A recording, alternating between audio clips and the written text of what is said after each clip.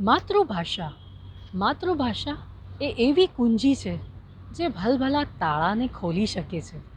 નાનામાં નાના ફેરિયાથી માંડીને મોટામાં મોટી વસ્તુની ખરીદી કરતી વખતે જો તમે માતૃભાષામાં વાત કરો છો તો તમારો સોદો બહુ જલ્દી પતી જાય છે અને ભલું હશે તો મનગમતું ડિસ્કાઉન્ટ પણ મળી જાય છે જે તમારી ખુશીને બમણી કરી દે છે. સાચું કહું છું ને?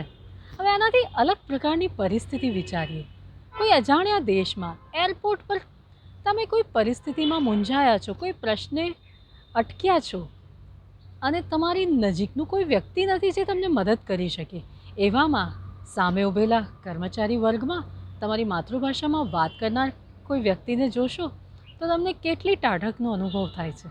તમે સૌ પ્રથમ એની પાસે જઈ અને તમારા પ્રશ્નની રજૂઆત કરશો અને ઘણું ખરું એ પ્રશ્નનો હલ તમને બહુ જલ્દી મળી જશે. કેમ ખબર છે?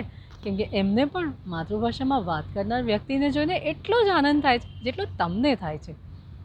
આપણા મનની આત્યંતિક લાગણીઓ, દુઃખ, હરખ, શોક, ઉદ્વેગ, ભય, પ્રેમ એ બધું જ આપણે સૌથી સારી રીતે માતૃભાષામાં રજૂ કરી શકીએ છીએ. અને વિપરીત પરિસ્થિતિમાં તો ખાસ ઊંઘમાં આપણને કોઈ વિચાર આવે કે સ્વપ્નો આવે જેનાથી આપણને બહુ અલગ પ્રકારની લાગણીનો અનુભવ થઈ જાય તો એ વખતે આપણું મન વિચારતું નથી કે મારે કઈ ભાષામાં બોલવું. જો બોલવાનું થાય તો આપણી માતૃભાષા એ માધ્યમ બનીને આપણા મનને સીધે સીધો આપણી વાણી સાથે જોડી દે છે.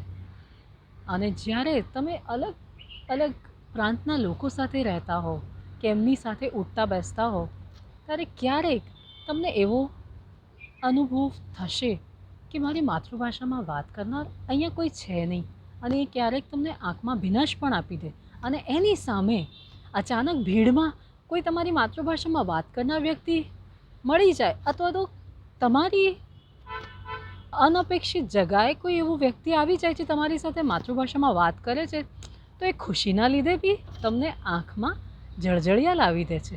સાચું કહું છું ને હું?